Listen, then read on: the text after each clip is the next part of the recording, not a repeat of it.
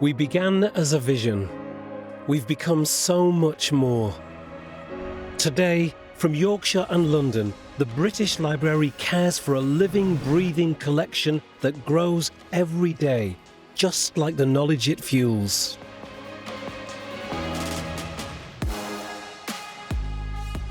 From scientists to novelists, from family historians to students, we've answered thousands of questions. And helped me to finish my thesis. We look after the UK's culture and heritage, both physical and digital, curating and preserving for future generations. We are the gateway to a world of wonder. Hands on the bridge feel the rhythm of the train. Hands on the window feel the rhythm of the rain. Where young minds are lit up and anyone can join in. Hands on your heart feel the rhythm inside. Hands on the rhythm.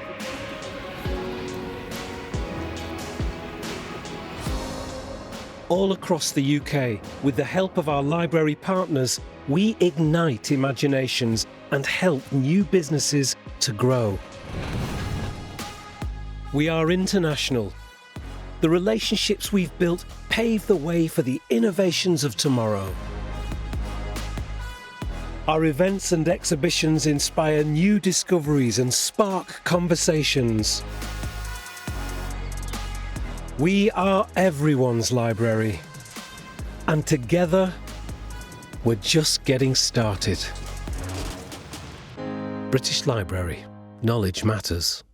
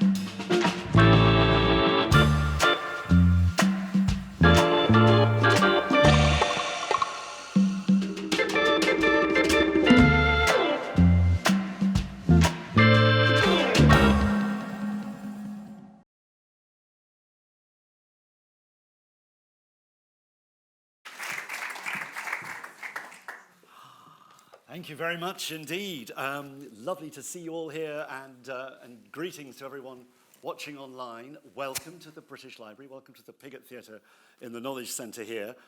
I'm putting on headphones, as you may have noticed, if you're watching online, and quite a few people in the room have headphones too, because be alert, this is a bilingual session, we think, and so I will mostly be speaking in English, and Laurence will mostly be speaking in French. So please do, if you're in the room, English is channel 1, France is channel 2, and don't forget to do the little slider on the left-hand side, which is the volume control.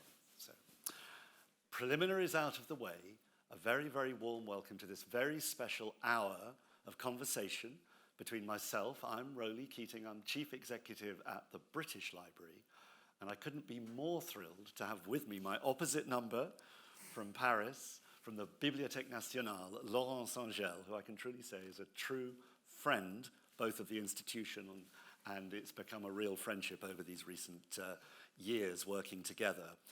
As you may have spotted, this is the British Library's 50th anniversary year. And one of the things we've been doing this year and in other years, but especially this year, is finding an opportunity to spend a little bit of time with our sister institutions around the world. And I can honestly say that of all the many, many national libraries in other countries that we work with, there is none with whom we have such a deep, lasting affinity and relationship and connection as the BNF, the Bibliothèque Nationale de France. And I think part of the purpose of this conversation is to draw out those connections and also some of the differences as well. And those of you who are interested as we talk and explain and share challenges and actually maybe challenge each other on some of the issues that we're dealing with, please do think of questions about each of the institutions and how we differ and how we work together, because these are inexhaustibly complex institutions we are running, and we don't pretend to understand the riches that we hold. So we are, I will in a moment find a chance to talk a bit about the BL, because this is a conversation, and Laurence, you must ask me questions as well, but I will have a few for you. Let me first, for those of you who don't know her, briefly introduce Laurence. Laurence, you've been at the BNF now since 2016, I think, when you were nominated as president, and the mandate was renewed in 2021 for a second mandate. Before that, Laurence had a very distinguished career broadly in the area of culture and cultural policy, the TV channel Arte at the French Ministry of Culture. You were permanent secretary in the city of Paris, of course. You were director of cultural affairs. But I think it's really, we've got to know you since you came to the library. And by way of context, I should say that we have just come to the end of 2 days working together, talking together with our senior leadership teams, because very soon after Laurence began her current job, she rang me and in a wonderfully direct way said, "Roly, we have to get our people to talk to each other." And we said, all right, that's a good idea. We'd always talked a little bit, but not in the level that we do now. And so the conversation we're having now is really a continuation of really 48 hours of dialogue and engagement. So I think maybe to begin with, and we will open up for questions at the end, but it might be helpful because not everybody knows everything about both these libraries. To start, Laurence, to invite you to say a little bit first about your institution, for maybe those who are not so familiar with it. I mentioned that the British Library is very pleased to have turned 50 this year. Makes us feel very grand and old. But I think the BNF is perhaps a little older. Un tout petit peu. Mais en réalité, vous mentez sur votre âge à la British Library parce que vous n'avez pas 50 ans. C'est une manière de... Enfin, comme quand on est... Comme pour nous-mêmes, quand on n'a pas envie d'avouer son âge, vous n'avouez pas vous-même. Parce que si on se place du point de vue juridique, l'établissement public Bibliothèque nationale de France n'est pas si vieux. Il a été créé en 1994, je pense, donc on n'est pas si vieux que cela. Mais on oublie cette dimension juridique pour se plonger dans notre histoire. Et là, je vais pouvoir vous retourner la question tout de suite. Et donc, on a l'habitude de dire que la bibliothèque naît au XIVe siècle. Donc, il y a effectivement quelques années. Mes collègues, et notamment les bibliothécaires qui sont peut-être un petit peu plus précautionneux que moi, disent bien sûr on peut le dire, mais ça n'est pas tout à fait vrai. Alors je vous dois une petite explication sur cette référence. La référence au XIVe siècle, c'est la référence à Charles V, qui est le premier roi à avoir dit que sa bibliothèque privée, devait devenir un objet public. Alors on ne parlait pas de bibliothèque nationale à l'époque, on ne parlait pas encore de bibliothèque royale, mais c'est cet acte-là qui est fondateur et qui, je pense, nous raconte uniment l'un et l'autre.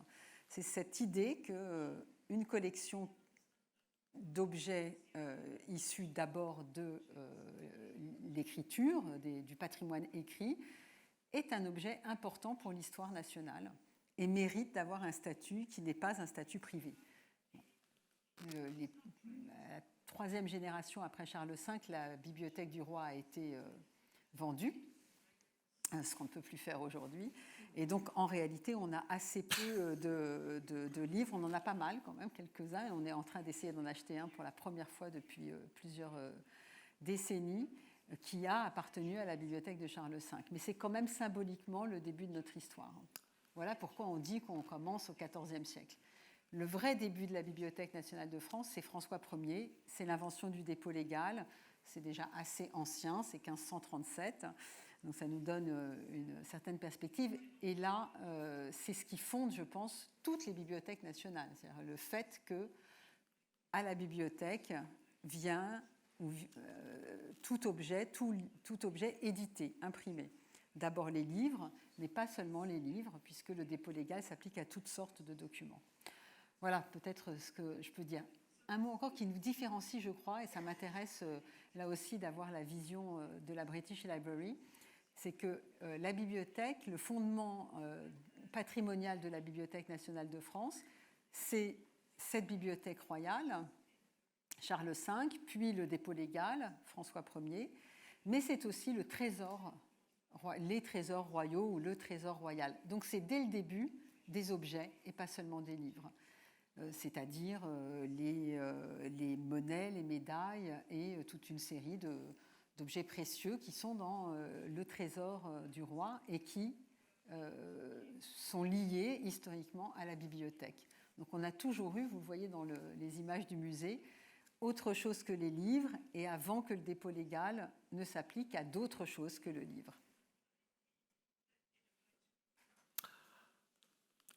Excellent. Well, I've already learnt a lot. And you asked me, how old is the British Library really? Yeah. It really is 50 years old, but you're right. That may be legalistic in one sense. So, and we like, as you were joking, we like to say we're very young and very old all at the same time. And that's kind of true. And I think it keeps us young and future-facing. But for sure, in this country, we can trace, I suppose, the origins of the collection that is held under the piazza outside. And anyone who walked in, across the piazza was walking across the roof of a huge storage vault. And under there are collections which first came together actually by some of the great sort of gentleman collectors, Hans Sloane, Robert Cotton, some of these other founding individuals who amassed extraordinary private collections in the 17th and 18th century.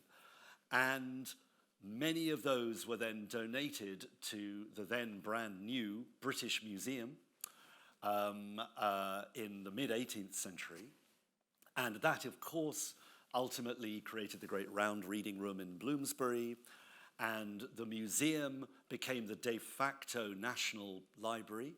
And particularly in this country, legal deposit, which we're going to talk about a lot, I think. But legal deposit, the principle of acquiring by law every book and magazine, newspaper published, was really professionalized here by a leader of the British Museum, an Italian, I should say, in the spirit of European fraternity, Antonio Panizzi, in the mid-19th century. And indeed, in his time and subsequently for many years, the head of the British Museum had the word librarian in their title. And the creation of this institution was something novel. It was a post-war creation, slightly different trajectory from the 1994 BNF creation. Here, I think, Britain came out of the war and realized actually we didn't have a standalone national library, which most countries did. And there was a need for economic regeneration and transformation. And so there was a feeling, I think, knowledge needed to be put to work. All these words that we had that had been amassed needed to be not just in a museum context. And of course, we are both museum-style institutions in some ways. But the spirit was to make new knowledge. And that was the great Act of Parliament of the early 1970s, which took that British Museum collection with all its history and combined it with other institutions, many of them 20th century library institutions, including a huge scientific lending library in the north of England, in Yorkshire, which exists to this day as our British Library on Demand service. And so the culture that was created was much, much more than the museum origins. But you are quite right that it does have an unbroken thread, which is why we are cheekily celebrating our 50th birthday while also proudly reflecting on our ancient origins. And I should say, like you, of course, we still have a monarchy, but we do have some collections from our former monarchs here. And those of you who know the British Library building here will be familiar with another of the founding, or one of the early collections, which is the collection of King George III, which sits in our great glass tower out there. So, Laurence, we've established some similarities, some differences. People will always ask us about size and scale, I'm afraid. And if we don't talk about this, you're going to ask us a question, which is bigger. I think we are together. We are two of the 3 or 4 or 5 largest libraries in the world. If you ask me how many items the British Library has, I will probably avoid the question. But so instead, I'll ask you that question. Can you describe a sense of the scale and variety of the British, of the BNF's collections?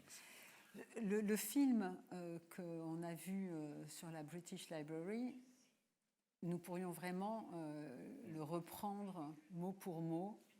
Et je pense que c'est un des aspects importants, peut-être même avant la question de la taille. Parce que ce qui est frappant, c'est la diversité des métiers, la diversité des missions, la diversité des fonctions qui sont très bien décrites dans ce film. Donc je ne vais pas y revenir, ou peut-être qu'on y reviendra, mais je pense que ça, c'est une dimension vraiment importante.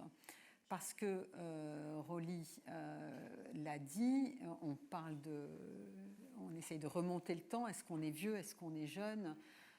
Parfois, on a envie de dire qu'on est vieux, en tout cas qu'on colle à l'histoire de notre pays. Et puis, de temps en temps, on aimerait bien qu'on comprenne qu'on est une institution très moderne.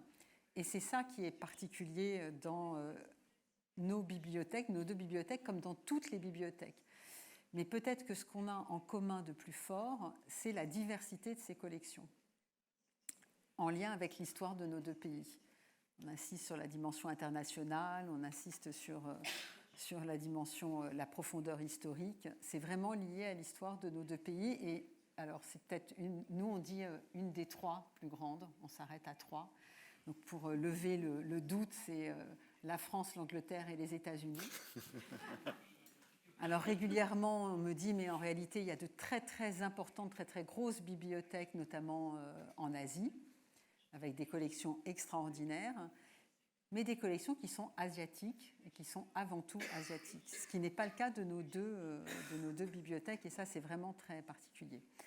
J'évite la question du nombre depuis tout à l'heure.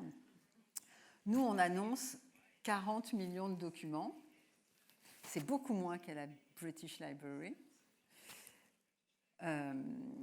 Alors, moi, ça fait 8 ans que je suis là, ça fait 8 ans qu'on dit qu'il y a 40 millions de documents, donc déjà, ce n'est pas vrai, puisque tous les ans, il y a quelques dizaines ou voire centaines de milliers de documents nouveaux qui arrivent, sans parler du numérique. Et puis, on ne les compte pas de la même manière. Donc vous allez voir quand Roly va dire combien il y a de documents à la British Library, c'est beaucoup, beaucoup, beaucoup plus. Mais par exemple, j'ai vu que pour les journaux, la presse, nous, on compte par titre. Vous comptez par journal. Donc évidemment, il y en a beaucoup plus à la British qu'à la Bibliothèque nationale. Et il y a, voilà. Pour ceux qui ne travaillent pas dans les bibliothèques, mais je pense qu'ici, il y a quand même pas mal de gens qui connaissent bien les bibliothèques, la meilleure unité de compte, c'est le kilomètre linéaire.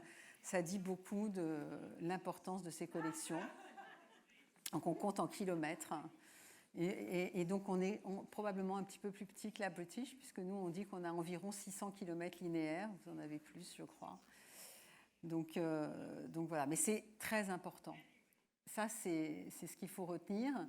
On a des objets qui commencent à l'Antiquité, et ça se termine avec les œuvres numériques d'aujourd'hui.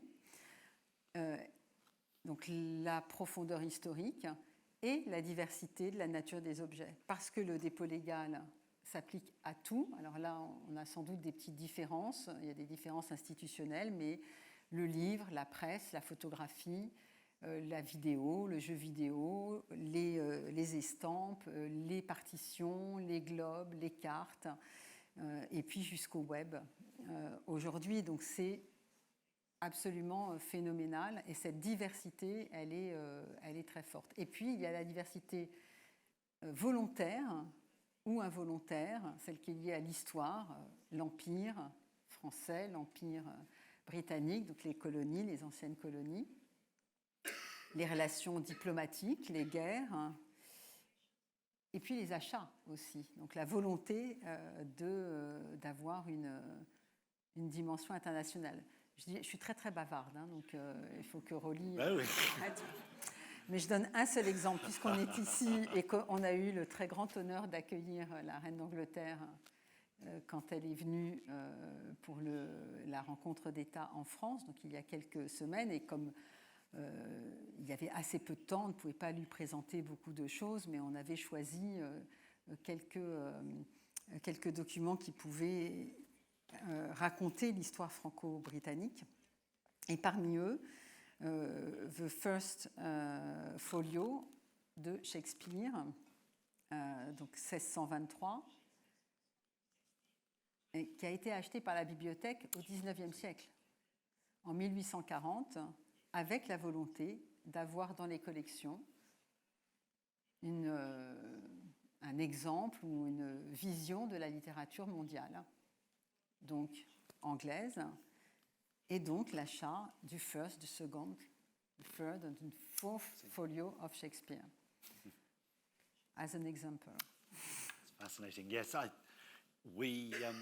just to return the compliment, we're very honoured to have with us the French ambassador here tonight, and we were looking at King George's collection and seeing French volumes on display that were collected during the reign of King George III in a very similar spirit of curiosity and global interest and a determination to understand the knowledge of the world and to get the best of the best from wherever it might be. So I think that mindset, which you say is, of course, historically determined, and there's lots of issues there around the world at that time, but it has undoubtedly bequeathed to us a huge, collectively, both institutions, a huge responsibility and opportunity because of the sheer international scale and breadth and diversity of what's held. And we might want to, that's on my list of topics to raise.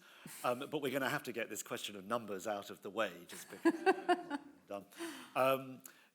Like Laurence, I cannot get a grip, here I am confessing it live on video, on exactly how large or small the British Library's collection is. Yes, you'll see on our website a headline number of physical items, and you've already given the game away about newspapers, so that counts for a lot of them, which is 170 million, which is a very cool number. But like your 40 million, I've been here over 10 years. It's never grown. I keep asking the web team, surely it's time to nudge it up a little bit. But the truth is, they know that we know that it's an impression because there is no perfect science to this. What we do know, of course, like you, is that actually we are having to build right now a new storage vault in Yorkshire, in Boston Spa, our northern facility, to accommodate the continuing growth of this collection through legal deposit and voluntary deposit and acquisition and so on, which, by the way, is in itself an interesting signal that the physical book is not dead. We might come to that as well. And on the kilometre question, all right, I still think you may be bigger, actually, but officially we claim to have 746 kilometres and growing at a rate of about 7 or 8 per year. So that's probably enough statistics because they don't mean a great deal, really, except that we need to build another very large building. But the real heart of this, as you say, is to do with the meaning and value and service that we offer with this. And we talk on the British Library side about a mission to make our intellectual heritage accessible to everyone for research, inspiration, and enjoyment, which is a sort of medium-sized sentence that covers a lot of complexity. But I guess for us, some of the key words there are everyone. We do feel now a responsibility to unlock the knowledge that's here for as many people as possible. The word research is in there because we are a national research collection, of course. But in recent years, we have also added the word enjoyment because we're also conscious of a very broad public who sometimes just want to have fun and just want to experience a library as a place of respite or delight or sheer pleasure. And I wonder, Laurence, like me, my background, I should say, was in broadcasting before I came to the library. I was at the BBC, so I came perhaps to this wonderful sector with fresh eyes, trying to understand its purpose, and really was rather awestruck by the scale of the mission here. And I wonder if you could just reflect a little bit about your feelings about the mission and purpose of the BNF and how it's evolving under your watch. Alors, on est en France très jaloux de la capacité de nos collègues et de la British Library à exprimer en peu de mots ce que réalise l'institution. Alors, on a essayé de trouver une phrase pour le dire et qui a été finalement, pour nos travaux très administratifs, de contrats, de projets, de feuilles de route, le futur a sa source. Quelque chose qui dit le lien entre s'adresser à tout le monde, être une force d'inspiration, être un lieu accueillant, et la dimension patrimoniale de notre institution.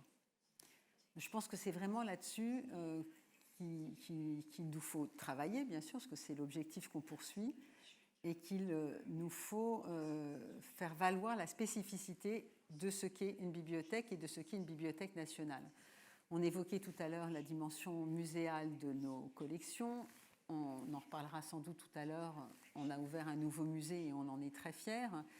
Mais précisément, la Bibliothèque nationale n'est pas un musée, ou n'est pas seulement un musée, c'est une bibliothèque. Et cette idée-là, ce concept-là nous oblige. Enfin, c'est quoi la spécificité de la bibliothèque? C'est quoi la spécificité de sa mission? C'est d'être une bibliothèque.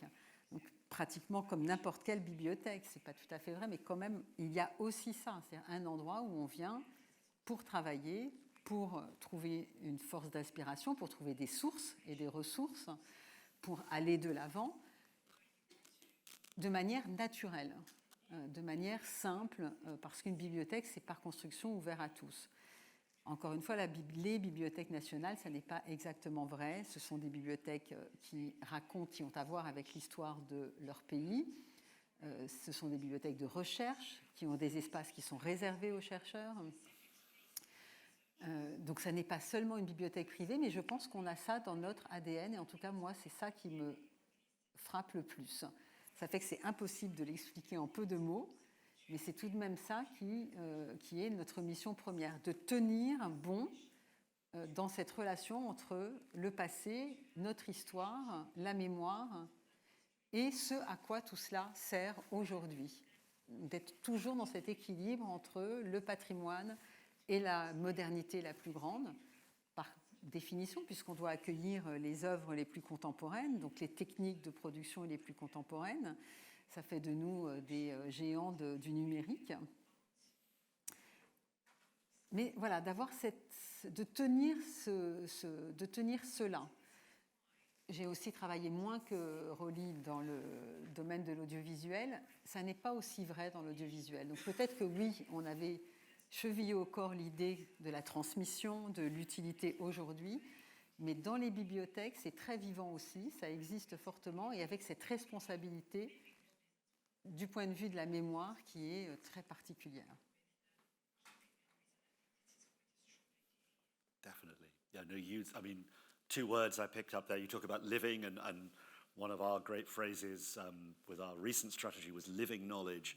And I love that phrase that you have the word future in your mission, because one thing that struck me coming into the library world was that actually libraries and librarians are the most future-facing people I know, because people are thinking here about users who are not yet been born.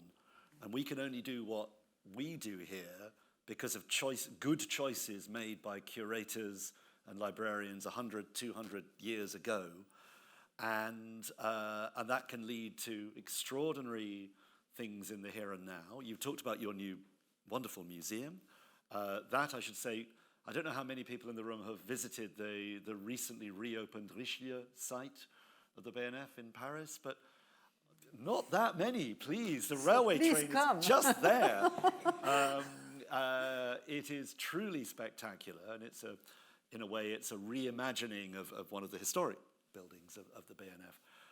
But among the many things that have struck me about that project, in terms of the mission we are talking about, is that you have found a way in the new Richelieu to open up one of your spaces literally to everyone.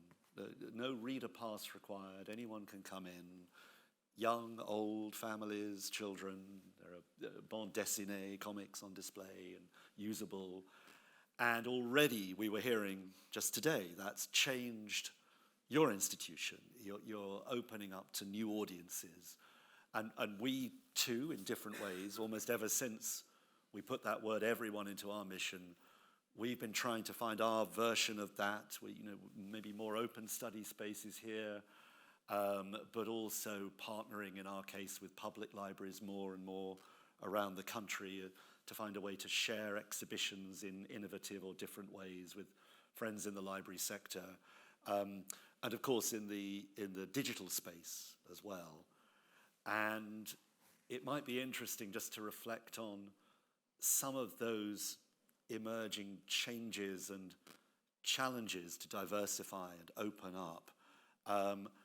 We've talked here a lot about balancing the physical service and the digital service that a library can offer in the 21st century. And I suppose the simple way to put it is that for us, we feel, for libraries at least, this is, and perhaps always will be, both and, not either or. We don't believe that the physical power of books and spaces and buildings like this will ever disappear, but the digital will grow around that and will be a new way of attracting people in, which is expensive and difficult. It means we continue to need to be good at both, and that's reflected in the legal deposit collecting we do, that our legal deposit physical books grow all the time, but at the same time we're growing terabytes of digital content, including here our mandate is to collect the whole of the .uk web domain here and preserve it for future generations. And that's like a whole invisible library that people barely know exists at this stage, but in 100 years' time will be unique. So I wonder if I could ask you to think about how does that physical-digital balance play out for you and your teams? La Bibliothèque nationale, en France, elle a été incitée à prendre le tournant du numérique au moment de la création du site François Mitterrand, donc au tournant du XXe siècle. Parce qu'on pensait qu'il n'y aurait bientôt plus de livres. Bon, ça, on s'est complètement trompé. Mais aussi parce qu'on commençait tous à rêver du numérique. Alors, rêver positivement ou négativement, enfin, comme Roly, on croit beaucoup à la réalité du livre physique et à la réalité du besoin physique de bibliothèque. Mais donc, on a commencé à travailler sur la numérisation des collections. Donc, en fait, on a vraiment le sentiment d'être une institution numérique qui essaye de tenir un équilibre aussi entre le physique et le numérique depuis 30 ans. Et ce qui est intéressant, c'est que, alors que pendant, disons, 20 ans, on a beaucoup pensé le numérique comme la possibilité de numériser ce qui était physique pour faciliter l'accès à ce qui était physique, aujourd'hui, on est confronté à une réalité qui est complètement différente, qui est celle de continuer l'histoire de la conservation et de la constitution d'une mémoire commune à partir de documents qui sont numériques. C'est complètement différent. Mais ce qui rend les bibliothèques fortes, je pense qu'on ressent la même chose en Angleterre qu'en France, c'est qu'on se préoccupe de ces questions numériques, ce qui veut dire qu'on a appris à gérer le numérique, qu'on a des personnes qui sont techniquement au point, vous voyez, je ne parle pas de moi, avec le numérique, depuis 30 ans. Et quand on entend aujourd'hui dire il faut qu'on prenne le tournant du numérique, il faut que le monde culturel prenne le tournant du numérique, mais nous on l'a pris il y a maintenant fort longtemps. Donc qu'est-ce que ça veut dire ? Ça veut dire que cet équilibre, il faut le penser en permanence. Le changement pour moi aujourd'hui, je ne parle pas techniquement, mais intellectuellement, c'est de se dire qu'il ne s'agit plus justement de transformer le physique en numérique, mais d'appréhender en même temps le numérique et le physique. Ça veut dire se préparer à accueillir un nombre de documents encore bien plus important. Et ça veut dire surtout apprendre à gérer cette masse. Et là aussi, je pense que, je ne sais pas quelle est la vision de la British Library à ce sujet et comment vous vous sentez face à ce défi, mais on est dans un monde de l'attention, de la gestion des données, de l'organisation des savoirs. On nous explique d'ailleurs que le numérique, c'est cela, c'est un monde de fichiers, de données, d'organisation, mais les bibliothèques, ça n'est que ça. Et depuis toujours, ça n'est que ça. C'est aussi pour ça qu'elles étaient prêtes, je pense, à accepter cette modernité. C'est des endroits qui sont, il faut l'avoir en tête, des endroits qui peuvent paraître très lents, très tranquilles, et qui en fait ne le sont jamais. Alors, par certains côtés, on est effectivement assez lent, c'est des grosses institutions, changer les choses, ça ne se fait pas comme ça. Mais même quand on change, quand on passe du monde physique au monde numérique, en réalité, on ne change pas. On assume toujours la même mission. Donc, on est toujours dans notre identité et dans notre fonction. Et notamment cette idée que sans les bibliothèques, eh bien, le savoir n'est qu'un énorme amas invisible, inatteignable, ingérable d'informations. Avec une bibliothèque, c'est un catalogue, c'est-à-dire quelque chose qui devient accessible, qui permet d'entrer dans la masse des savoirs. Donc voilà, j'essaye de faire en sorte que toutes ces questions nouvelles nous ramènent toujours à nos missions fondamentales pour ne pas être trop effrayés, parce qu'il faut reconnaître que quand même, par certains côtés, c'est assez effrayant. Mais avoir la conviction qu'au fond, on ne fait que notre travail. Absolutely, and I think I was very struck. You talk about librarians being pioneers in this space, and certainly when I talk about moving, for instance, from the BBC to the British Library, my first contact professionally with the British Library was because of their innovation in digital. And we'd realized this was a place where extraordinary, innovative work was being done. And I have to say, it is, and great work does happen here, but we admire greatly the work you've done in the creation, your predecessors have done in the creation and developer of the Gallica platform. And again, people here who aren't familiar with that, it's a superb exemplar, really, globally, for what a great library can do on the web.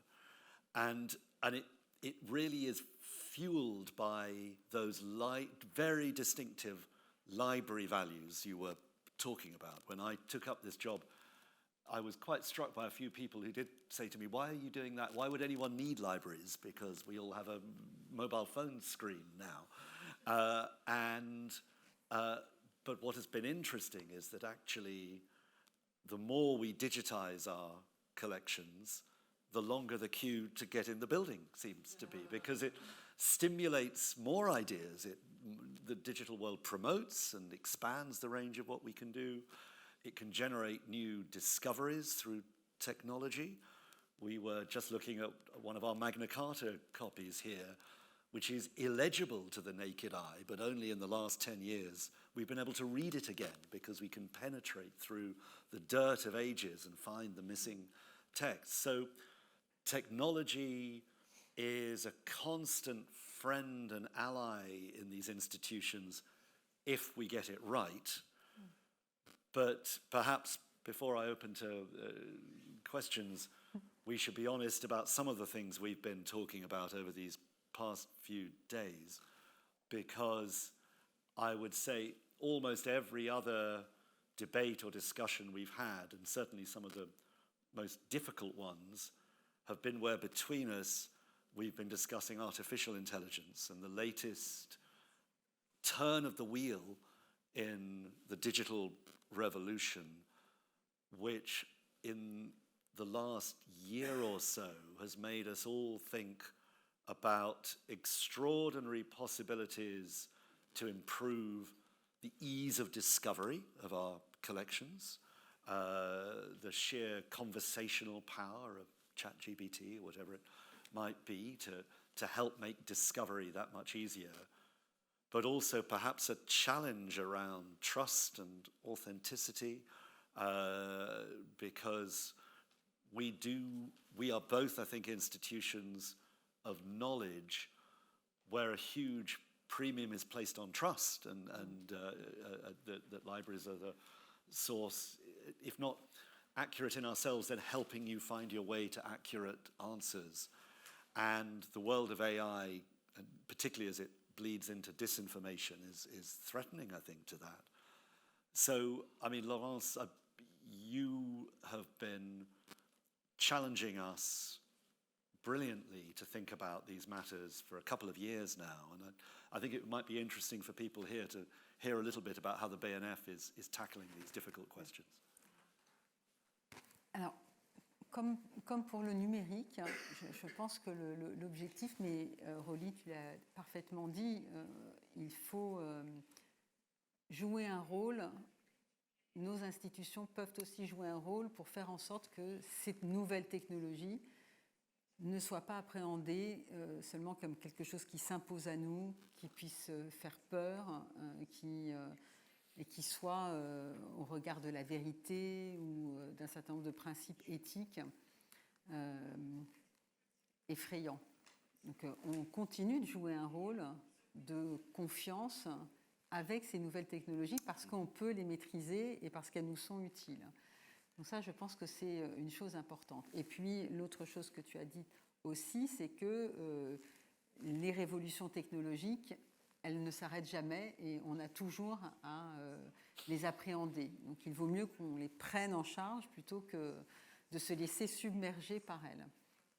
Donc, dans cette logique ancienne, comme je le disais tout à l'heure, de l'appréhension des nouvelles technologies, on a il y a quelques années, commencer de se dire bon, mais qu'est-ce qu'on va faire de l'intelligence artificielle ? De toute évidence, on va en avoir besoin pour nous-mêmes, parce que traiter des données aussi nombreuses que celles qui vont nous arriver avec le dépôt légal numérique, de tout ce qui est produit donc en numérique, si on n'a pas des outils qui utilisent un petit peu l'intelligence artificielle, eh bien on ne va pas réussir tout simplement à organiser le catalogage, l'organisation des données et derrière la transmission la communication de toute cette richesse. On s'est rendu compte aussi, tu l'évoquais avec Magna Carta, que les nouvelles technologies, et l'intelligence artificielle en fait partie, peuvent nous aider à mieux connaître nos collections, y compris les collections physiques. On a commencé à utiliser l'intelligence artificielle pour apprécier le besoin de restauration des documents, donc d'avoir une gestion massive des informations relatives à la qualité des ouvrages pour savoir si on doit les restaurer ou pas les restaurer, à quel rythme, pour nous aider à travailler. Donc, et puis on a, comme tu le disais, commencé à se poser la question de la recommandation, comme tout le monde. Quel moteur de recherche faut-il aider les gens à choisir ce qu'ils ont envie de voir.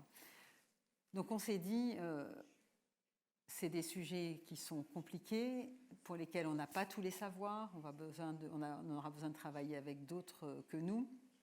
On se rend compte que ça impacte absolument tous les métiers, du plus invisible de l'extérieur de la bibliothèque au plus visible avec cette question de la recommandation.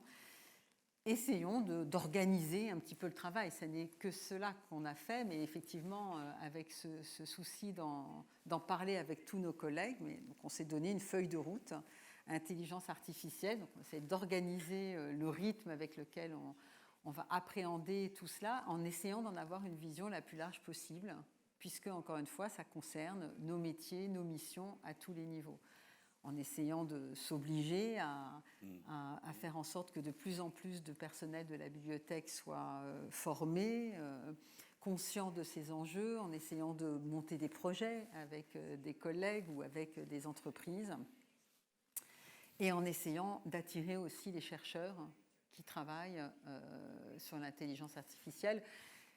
Le dispositif de l'Alan Turing laboratoire à la British Library nous a inspiré aussi. On a mis en place, alors non pas sur le même modèle, mais avec cette idée d'avoir sur place, sur site, des chercheurs qui viennent travailler sur les collections numériques de la bibliothèque, nous a conduit à créer un BNF Data Lab, donc un laboratoire d'exploitation des données. Voilà, donc c'est simplement d'organiser les choses parce qu'on sait, nous savons que dans les bibliothèques, on a toujours besoin d'être le plus en amont possible et le plus en aval possible aussi de toutes les transformations. I like that, to be prepared. Yes, that's a very good... I'm going to maybe ask for the lights to go up just in case anyone does have any questions about all of this, because we're slightly running out of time. So please, if anyone does want to pluck up their courage and put up a hand, we'd love to hear from you. I mean, while you... I shall pause on my next comment, because let's take a question, please, from Mark. Right from the row there. Thank you. Thank you. I wonder if you could talk a bit about the challenges of state funding as state institutions. What are the arguments that you have to bring to keep the funding that you have or increase it? Very good question. Thank you. I mean, I'll have a quick go and then hand maybe to Laurence. I suppose that that sentence I spoke earlier about our mission, 15 words or so, I think somewhere in our mind was a recognition that actually, if an institution is going to make its case in generation by generation to really busy politicians with lots of claims on funding, one of our responsibilities is to be able to describe it and put it in simple language and maybe try to capture some at least of the inspiration of the mission, because not everything we do may seem obviously valuable to people now, because we are thinking about future generations and so on. So I think we took a view when we rewrote our language of mission and purpose 8 years ago, that we were actually realizing that this was an ongoing project to explain to makers of policy about why a national library exists. Because I don't know about you, we found I experienced that we have, on the whole, touch wood, really good support from both the main political parties. But even some of our most ardent supporters don't fully understand what a national library is. We are complicated institutions. So I think, in a way, this is constant work to maintain the narrative, the story, some of the big inspiration, but then also, where we can, providing real tangible evidence of value. And that may be literally people coming through the door.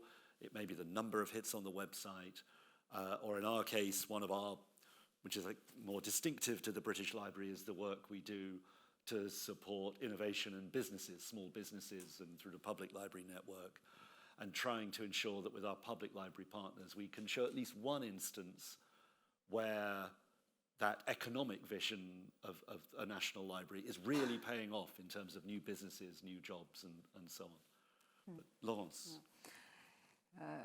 On a exactement la même difficulté. C'est difficile de comprendre ce qu'est une bibliothèque nationale. Et on est quand même confronté à une forte incompréhension. Donc, on utilise à peu près les mêmes techniques. L'idée de la narration, de faire comprendre l'utilité d'une bibliothèque nationale, je pense que c'est un défi permanent. On a beaucoup à faire pour faire mieux, mais c'est essentiel, avec la difficulté principale qui est celle du dépôt légal, parce que le dépôt légal, c'est vraiment difficile de faire comprendre que ça a une valeur qui est autre que strictement patrimoniale. Ça a d'abord une valeur patrimoniale, mais certains peuvent ne pas y être sensibles, mais ça n'a pas que cette dimension-là. Et ce lien que la British Library fait très simplement, très efficacement avec la réutilisation de ces données dans le monde des affaires, c'est une voie qui est importante. Et en tout cas, c'est une des voies auxquelles je pense moi aussi. Sur le plan symbolique, sur le plan de la narration, le musée, pour nous, c'était vraiment aussi cela. C'était bien sûr donner accès aux gens, parce que tout d'un coup, il n'y a pas que les chercheurs qui peuvent voir ces trésors. On n'avait pas de galerie de trésors à la Bibliothèque nationale, comme il y en a une ici depuis 50 ans. Donc c'est vraiment cette dimension-là, faire comprendre cet extraordinaire patrimoine, raconter l'histoire de la bibliothèque, ou plutôt la montrer. Ça, c'est pour la dimension symbolique.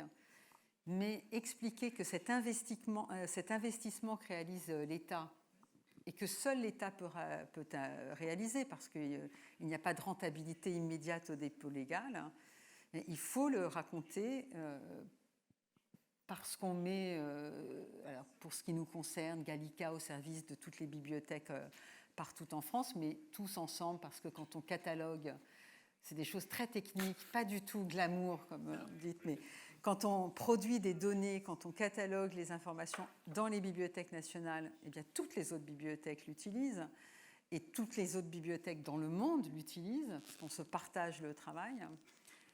Mais aujourd'hui, avec le monde numérique, je pense qu'on a une chance de pouvoir en dire plus parce qu'on le voit. Les entreprises, y compris du numérique, sans cette production de données des bibliothèques, elles ne peuvent pas faire.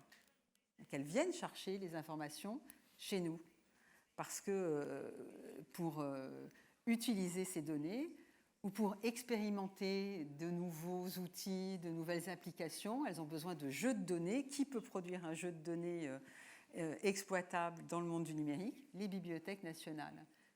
Un jeu de données beau, propre, bien organisé, avec des bonnes données, les bibliothèques nationales. C'est encore une fois très technique, ça a à voir avec le monde des affaires, le monde et notamment le monde des affaires numériques.